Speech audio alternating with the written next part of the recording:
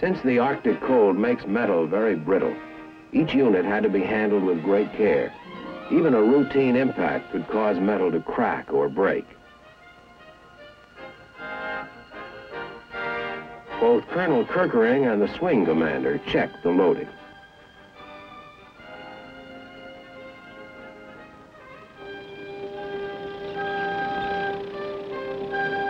The vapor container, the largest single item in the power plant, was carried on a special flat-bottom sled built expressly for its transport.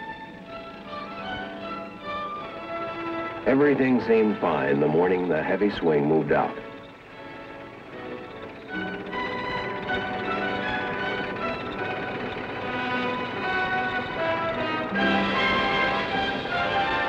But unfortunately, it was only a few hours later that one of the worst storms of the season blew up. To complete preparations to receive the nuclear plant, my crews bundled up and kept on working.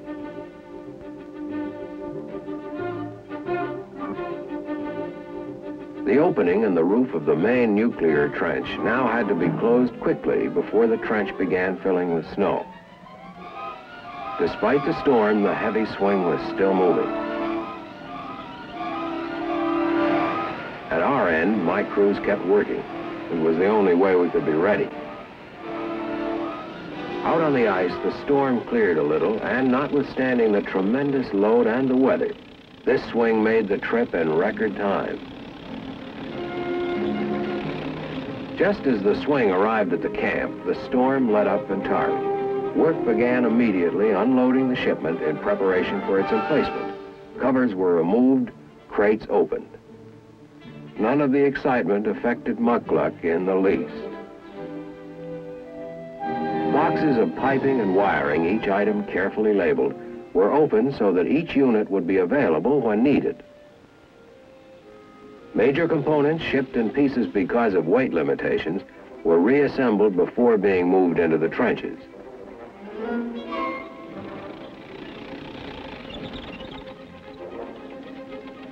The condenser, 15 tons of steel, was one of the first units to be moved into the tunnel, prepared to house it. When the condenser was slowly winched forward, small tracked rollers supported its entire weight. Next, still mounted on its special sled, the vapor container was eased down the ramp by 3 tractors, one in front pulling and 2 in back to keep it from slipping. To bear the weight of the vapor container, the reactor building was constructed around a framework of steel beams. The floor was of heavy planking mounted on other steel beams. We had to use hand rigging methods, the best we could do under the confined conditions, to put the nuclear equipment in place. Every step had to be checked very carefully, since the power plant had been pre-fitted in the United States and must be emplaced within a tolerance of 1/8 of an inch.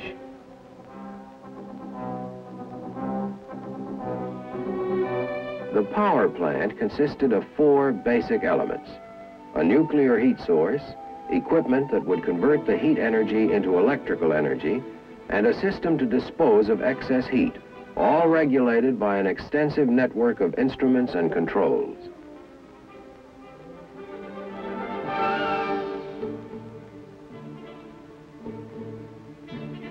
The last buildings to be assembled were those that would contain the nuclear sections.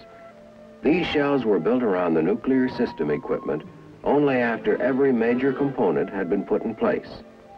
The next phase was to be the activation of the nuclear power plant. Wearing the white safety hat is Captain Jim Barnett, in charge of this operation, who will tell you about this critical phase.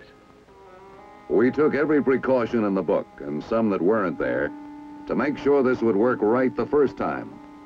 When the entire system had been carefully tested, it was put into operation. We were then ready to begin loading the reactor core. One by one, the fuel elements were removed from the barrels in which they'd been shipped, carefully separated from one another.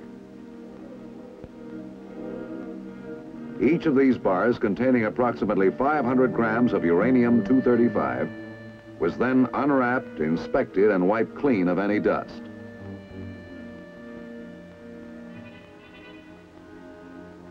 Crewmen wearing protective clothing began to load the fuel elements into a fuel storage tank. This preliminary test proved that the fuel elements, when assembled, would not go active prematurely. After each element was in place, instruments were read and an evaluation of reactivity was made and reported over loudspeakers. The crewmen were protected by a shield of approximately 8 feet of water as they lowered the fuel elements into the fuel storage tank. Later, each of these steel and uranium bars would be transferred underwater to the nearby reactor core. Every step of the testing was meticulously monitored and regular announcements made to the workers assigned to the loading crew. Total U-235 content of the assembled core is 13.376 kilograms. Coefficient of reactivity, 0.935. The assembly is still subcritical. When all preliminary tests were completed, we began to transfer the fuel elements one by one and started loading the reactor core. As each fuel element went into place, the count rate of neutrons released gradually increased. Within the core, to prevent the reactor from inadvertently going critical, control rods were in place. This gradual activation of the pile took almost 9 hours. In this tense atmosphere, we changed crews twice. Above us, it was dark and miserable. With the approach of winter, the sun was preparing to set for the year. Finally, our meters reported a significant increase of reactivity. The whole camp was standing by, waiting, tense.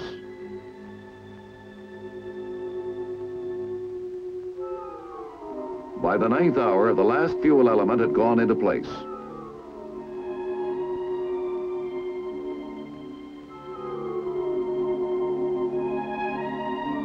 A plot showed the location of every bar.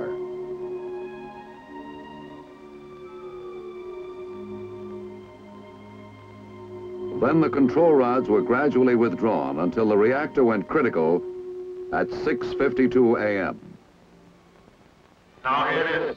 With all 5 control rods withdrawn 6.24 inches, PM 2A went critical at 0652 hours.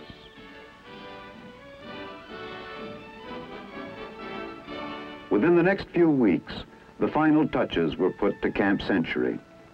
Today, powered by its nuclear reactor, this unique installation is a completely modern community deep under the ice. This is a far cry from the primitive Jamesway huts of the work camp, where 3 showers served 250 men. Here, there are showers for all and facilities for every modern convenience.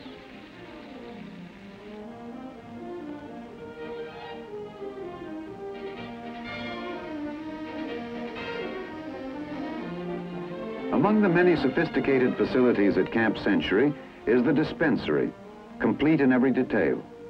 For while the remote research community is isolated by 150 miles of ice and snow, its medical capabilities can cope with almost any emergency. It also has a small chapel for regular religious services. And it boasts the largest deep freeze in the world. Here is enough food to feed the camp for several months. Everything from steak to fruit salad.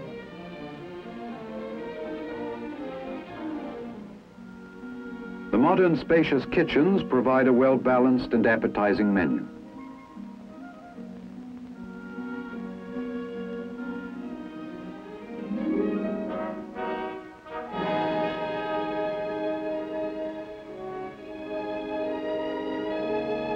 To satisfy the enormous appetites that working in this climate produces means extra rations, but there's always more than enough. Except for the fact that they have no windows, the men of Camp Century live exactly as do other soldiers. Their quarters are modern, spacious, comfortable, and are not lacking in any detail.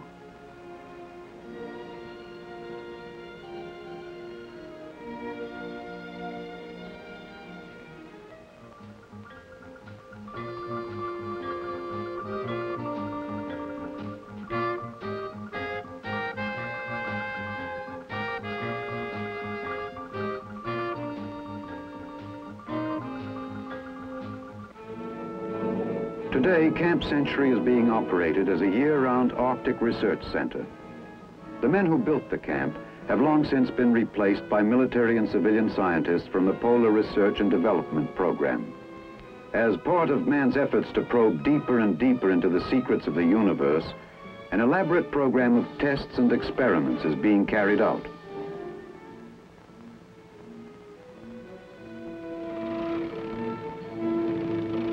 At this very moment, somewhere, men from Camp Century are at work, within the city itself or out on the ice cap. Only muckluck remains from the original contingent.